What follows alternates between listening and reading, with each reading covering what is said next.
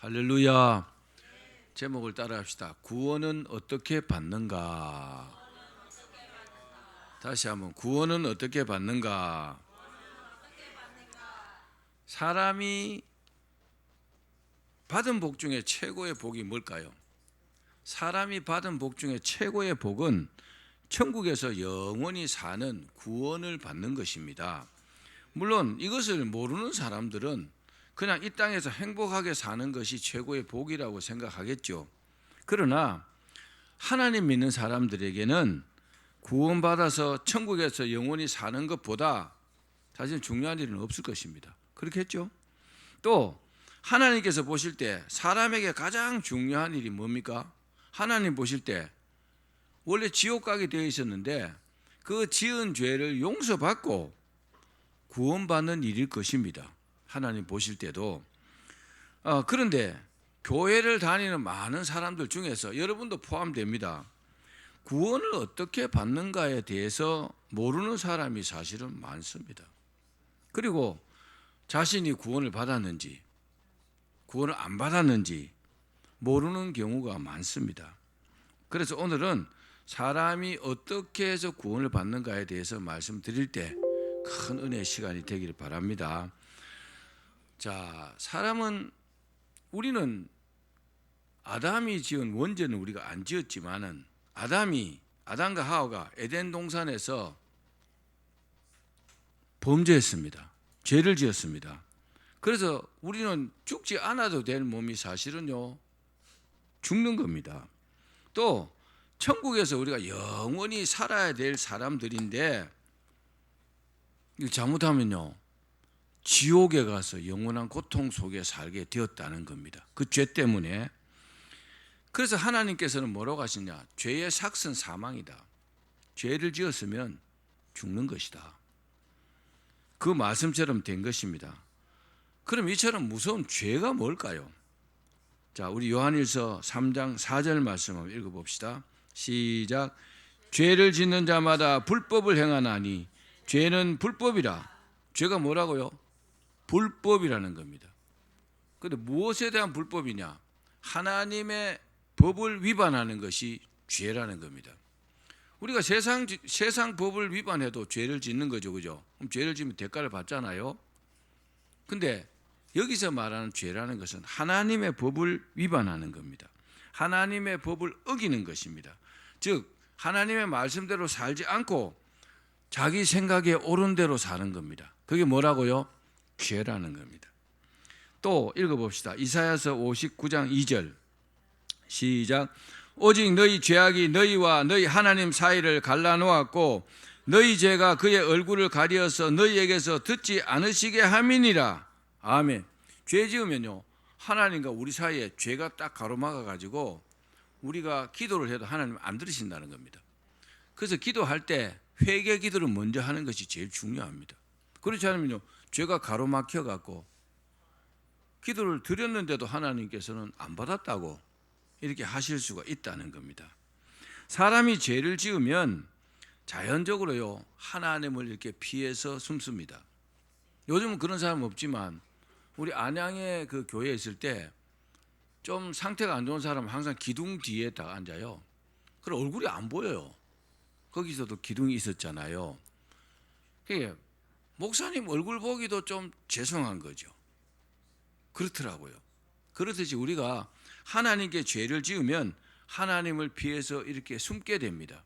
숨게 되고 하나님 싫어하시는 일을 자꾸 이렇게 자연스럽게 하게 됩니다. 왜냐? 죄 때문에 하나님과의 관계가 그 좋던 관계가 깨어져 버렸기 때문에 하나님을 멀리하게 되는 것입니다. 그래서 우리가 믿음 생활 잘하지 않고 기도도 잘하지 않고 하나님 시키시는 일을 잘 안 하게 되면 조금 이렇게 멀어졌다고 이렇게 보시면 됩니다. 그리고 심해지면 어때요? 하나님을 등지고 원수처럼 살게 됩니다. 안티 크리스찬이 됩니다. 하나님을 막 욕하게 되고요. 그런 사람 많죠, 그죠? 믿던 사람들 중에서 그런 사람들이 굉장히 많습니다. 그런데 구원이라는 것은 죄의 종이었던 사람을 죄로부터 벗어나게 주는 것을 말합니다. 그러니까 죄의 사슬을 죄가요 사람을 막 이렇게 올가 매듯이 꽉 이렇게 사슬로 묶어놨는데 이 사슬을 끊고 죄로부터 자유를 누리는 것입니다. 죄 때문에 깨졌던 하나님과 나 사이 관계가 회복되는 것을 말합니다. 구원이요. 그렇습니다. 구원은 하나님의 완전한 은혜입니다. 구원에 뭐 이러고 저러고 할 게 없어요. 내가 구원받았다. 하나님의 완벽한 은혜입니다. 아멘. 그리고요, 구원은 한 번 받는 겁니다. 단회적입니다. 그리고 구원은요, 영적입니다. 그리고 완전한 구원입니다. 구원이 부족하거나 그러면 구원받지 못합니다. 이 세상의 모든 종교가요, 인간의 구원을 말합니다. 다 그래요.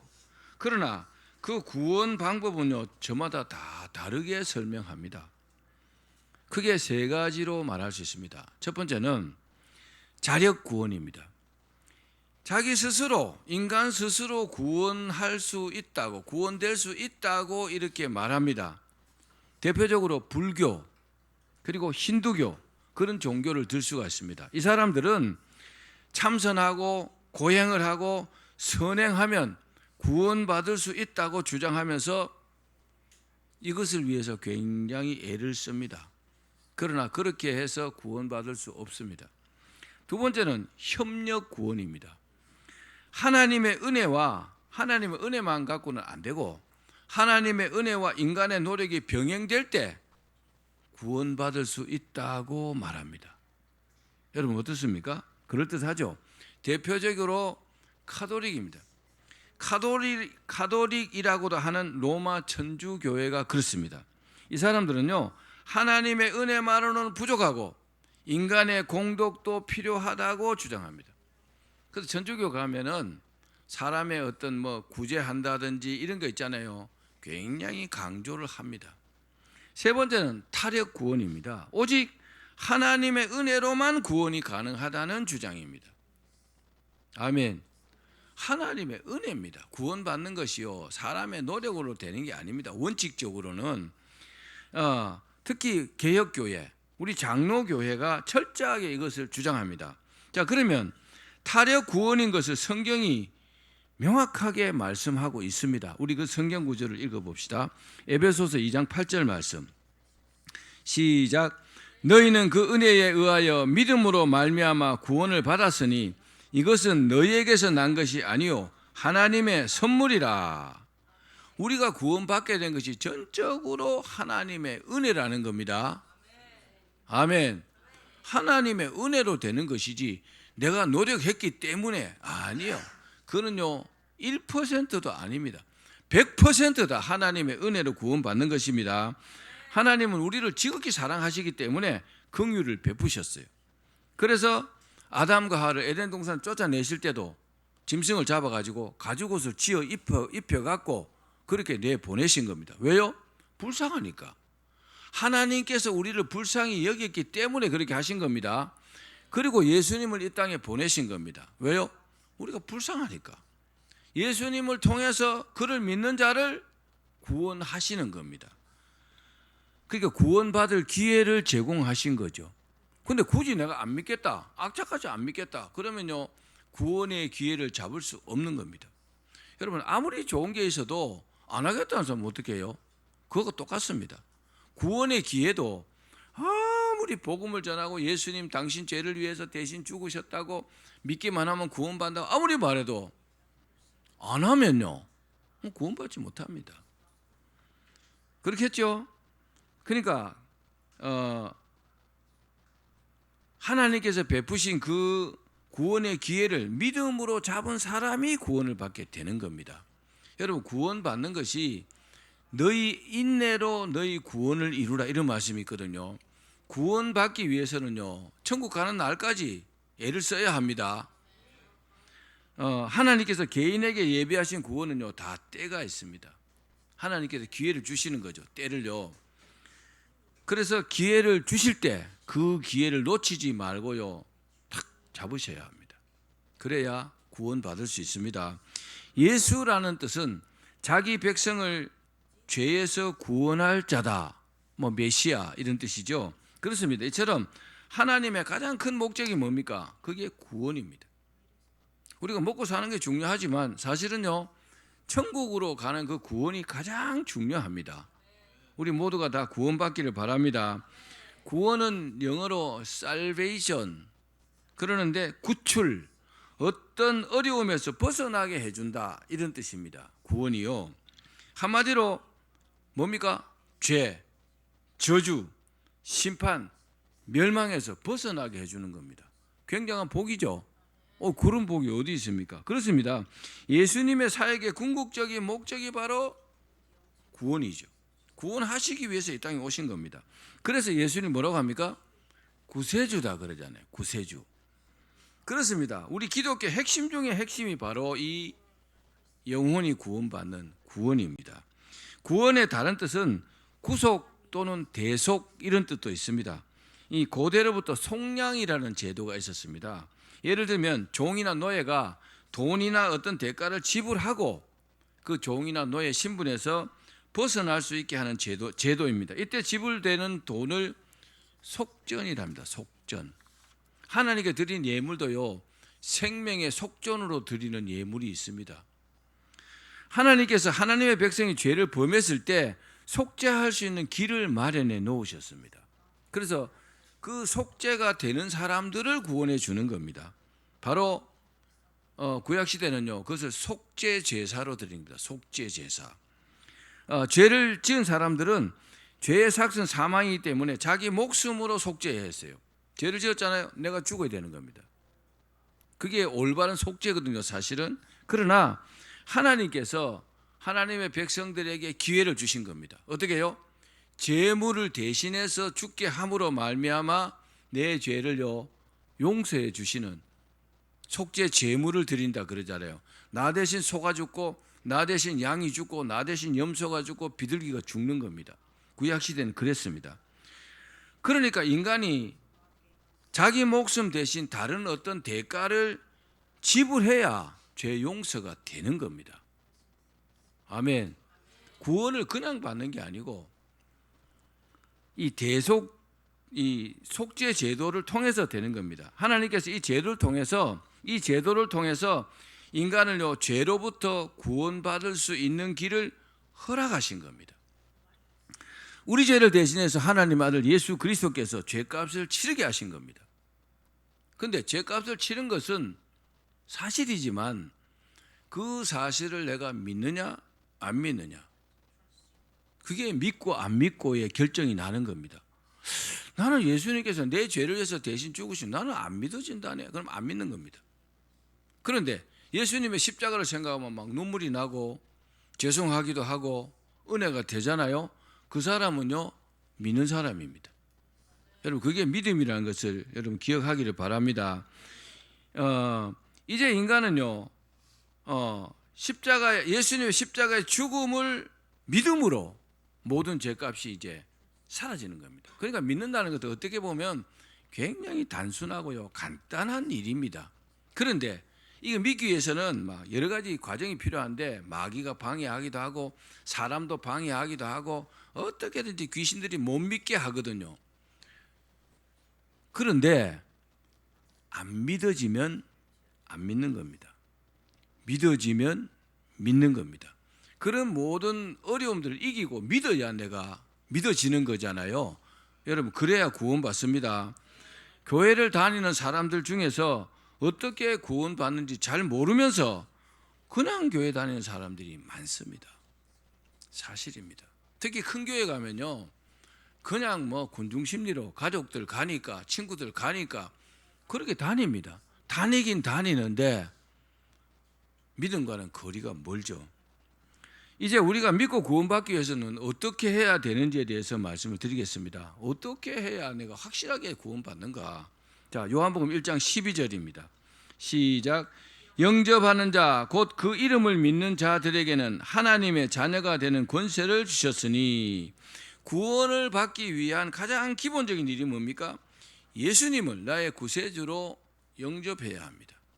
영접한다는 게 뭡니까? 내 마음의 구주로 받아들여야 한다는 겁니다.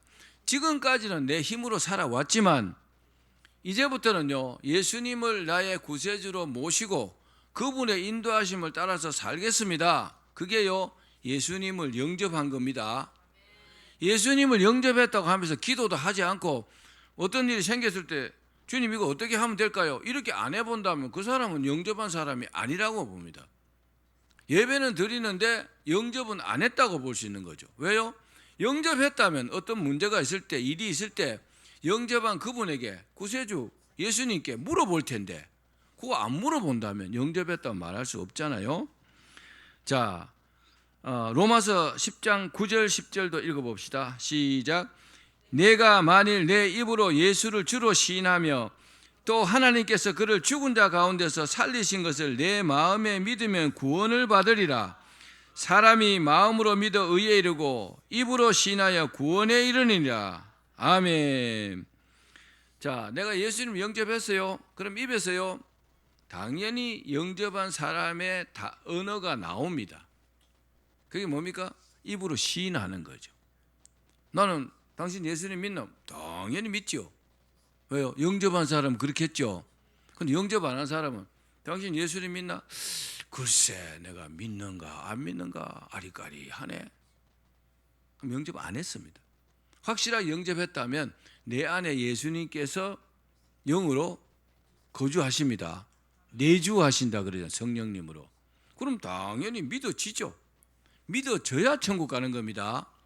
믿어지지 않으면 자기 신앙을 점검해 봐야 됩니다. 이건 굉장히 중요한 문제입니다. 사람이 구원받기 위한 가장 큰 원리가 뭘까요? 우리 사도행전 4장 12절도 읽어봅시다. 시작. 다른 이로서는 구원을 받을 수 없나니 천하 사람 중에 구원을 받을 만한 다른 이름을 우리에게 주신 일이 없음이라 하였더라. 사람을 죄에서 벗어나게 해가지고 천국으로 인도하실 수 있는 분은 유일하신 분 예수님밖에 없습니다. 아멘. 우리 한국에 내가 예수다는 사람이 2만 명쯤 된답니다. 와, 어떻게 예수님이 어마어마하게 많아졌어요. 손오공이 막 자기 털 뽑아갖고 부른 것처럼 그렇게 불어나는지. 근데 전부 다 가짜입니다. 지금 예수님이 어디 계십니까? 천국에 계시죠. 그죠? 그리고 그 예수님께서 때가 되면 이제 재림하실 거잖아요. 안 오셨는데 내가 예수다 하면 거짓말이잖아요. 다 가짜입니다. 다 가짜입니다. 제임에서 정명석이도 지가 예수라고 그러더만, 지가 하나님이라 그러더만요. 하나님이 그렇게 못된 짓 하고 다니고. 하나님 참 너그러우신 분 같아요. 우리가 생각하면요, 그렇게 못된 짓 하면은 그 큰 손으로 막 팍 쳐갖고 끝장을 낼 것 같은데, 속 상하시면서도 오랫동안 지켜보시는 거 보면 참 하나님은 오래 참으시고 너그러우신 분입니다. 우리가 그런 걸 부러워할 필요는 없지만, 자, 또 사도행전 16장 31절 오늘 본문 말씀 읽어봅시다. 이르되 주 예수를 믿으라. 그리하면 너와 내 집이 구원을 받으리라 하고. 예수를 믿어야 나도 우리 가족들도 구원받을 수 있습니다. 예수 믿지 않으면요, 아무런 방법도 없어요. 구원받는 방법은 예수님을 믿어야 합니다. 어떻게 믿을 수 있을까요? 요한복음 3장 5절입니다. 시작. 예수께서 대답하시되 진실로 진실로 내게 이르노니 사람이 물과 성령으로 나지 아니하면 하나님 나라에 들어갈 수 없느니라. 예수님 믿는 방법은요, 나 믿겠습니다, 그렇게 해서 되는 것이 아닙니다. 그렇게 한다고 막 단단하게 결심하고 막 내가 막 선언하고 이렇게 한다고 해서도 되는 게 아니라 회개하고 진심으로 회개해야 합니다. 지금까지 살아온 죄를 회개하고 물과 성령으로 거듭나야, 그래야 믿어집니다. 그럼 배신 안 합니다. 그러면 거듭나는 게 뭘까요? 거듭나는 게, 자, 거듭남은 사람의 노력이 아닌 성령님이 역사하시는 사건입니다. 이것은 오직 하나님의 도움과 하나님의 은혜로만 가능한 겁니다. 내가 거듭나고 싶다, 거듭나고 싶죠. 근데요, 내 힘으로 되는 게 아닙니다. 그렇기 때문에 신앙생활이 뭐냐? 철저하게 하나님의 은혜 안에 이루어진다는 사실을요, 우리가 기억해야 합니다. 여러분, 모든 것은 하나님의 은혜입니다. 거듭남은요 물과 성령으로 나지 아니하면 안 된다고 말씀하고 있습니다. 물로도 나고 성령으로 나고 거듭난다는 게 뭡니까? 여러분 죄가 뭡니까? 회개가 뭡니까? 회개는 죄를 씻는 거죠. 물 세례는요 물로 또 씻는다는 의미입니다. 성령 세례는 마찬가지입니다. 성령 세례는 목사가 줍니다. 근데 성령 세례는요 성령님이 주십니다. 그건 목사가 할 수 있는 일이 아닙니다. 하나님께서 됐다고 인정을 하시면요 그때 성령 세례를 베푸시는 겁니다. 아멘. 자, 거듭남은요 완전히 새롭게 변화되는 사건입니다. 이 사람이 본래 그 사람이 아니고요 완전히 새로운 사람으로 거듭나는 겁니다. 변화되는 겁니다. 거듭나게 되면 어떨까요? 미워했던 사람을요 사랑할 수 있습니다. 원수도요 사랑할 수 있어요. 원수도 축복할 수 있어요. 근데 거듭나지 않으면 거의 불가능합니다. 그동안 보이지 않았던 가족과 이웃들의 상처가요 눈에 보입니다. 거듭나면요 사람이 달라진 거죠. 그죠? 또 무관심이요 관심으로 바뀝니다. 그런 게 막 보이기 시작해요. 그리고 눈물을 흘리긴 흘리는데 위선의 눈물 흘리는 사람 많습니다. 그런데 그런 사람이요 회개와 진심으로 용서의 눈물을 흘리게 되는 겁니다. 자기도 모르게요 회개의 눈물이 주르륵 하고 주님 생각하면, 그래서 누구든지 그리스도 안에 있으면 새로운 피조물이라 이전 것은 지나갔으니 보라 새 것이 되었도다. 이 사람은요 거듭난 사람입니다. 또 거듭남은 내일이 아닌 오늘 이 시간에 이루어져야 합니다. 내일 어떻게 해보지? 아니요, 안 될 수도 있어요. 오늘 이 시간에 거듭나야 합니다. 인간의 인생을요 어떤 사람 인생은 강물 같아, 아니면 경기와 같다, 수레바퀴 같다, 나그네와 같다, 막 그렇게 비교하죠. 근데 인생이 뭐와 같을까요? 인생은 양초와 같아. 양초에 불을 딱 붙여놓으면 어때요? 점점 타들어가죠. 훤하긴 하죠. 근데요 점점 줄어들잖아요. 저는 정말 인생이 양초와 같아 그런 생각이 듭니다. 인간은 누구나 영원하지 못합니다. 인간이 그렇습니다. 한계가 있고 유효성이 있습니다.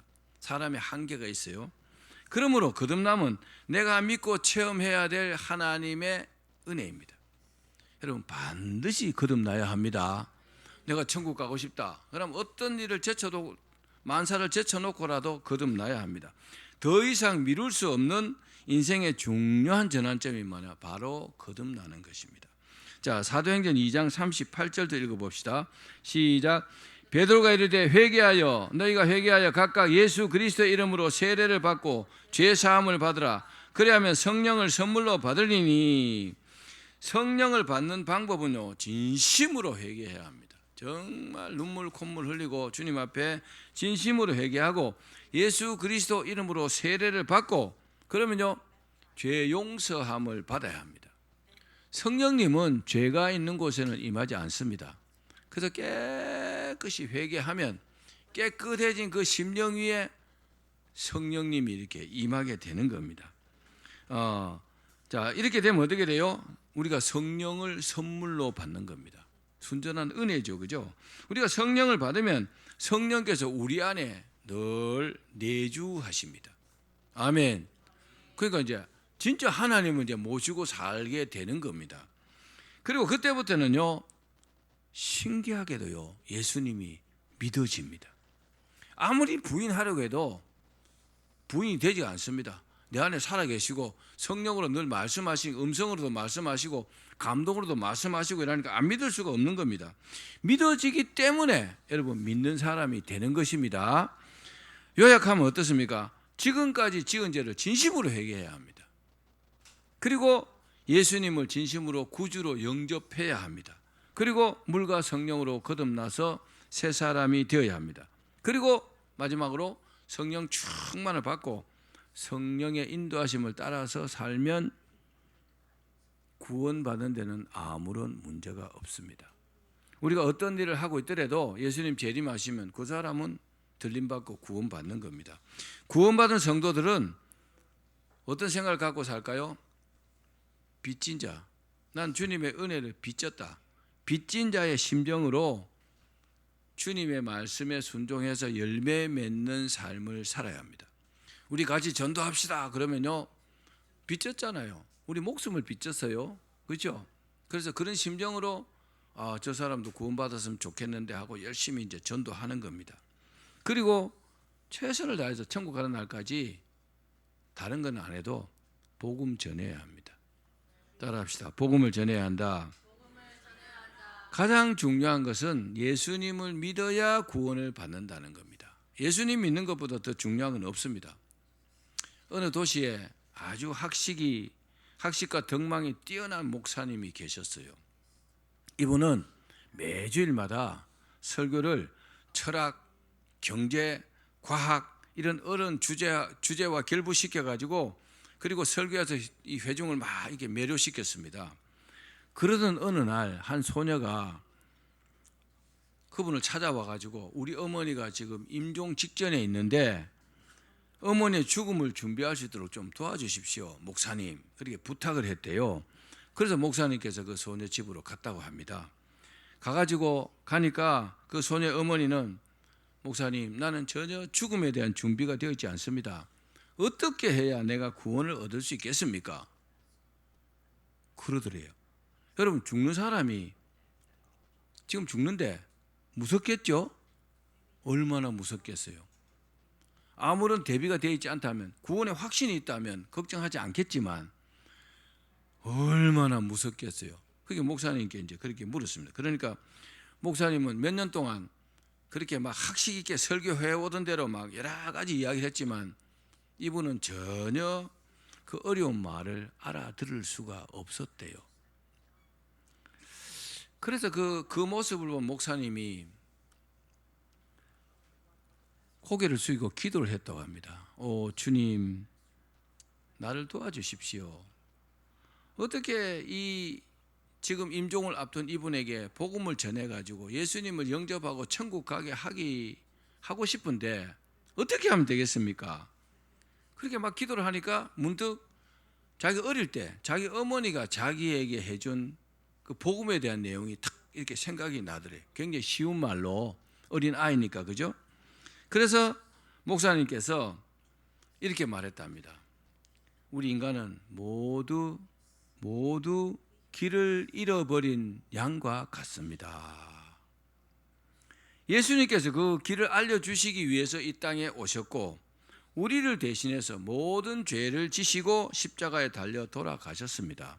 그리고 부활해가지고 지금 하늘로 올라가셨고 지금도 그를 믿고 의지하는 사람들을 천국에서 기다리고 있습니다. 그리고 누구든지 그분을 믿으면 죽어도 그가 죽는 그 사람을 반가이 맞아서 천국으로 인도할 것입니다.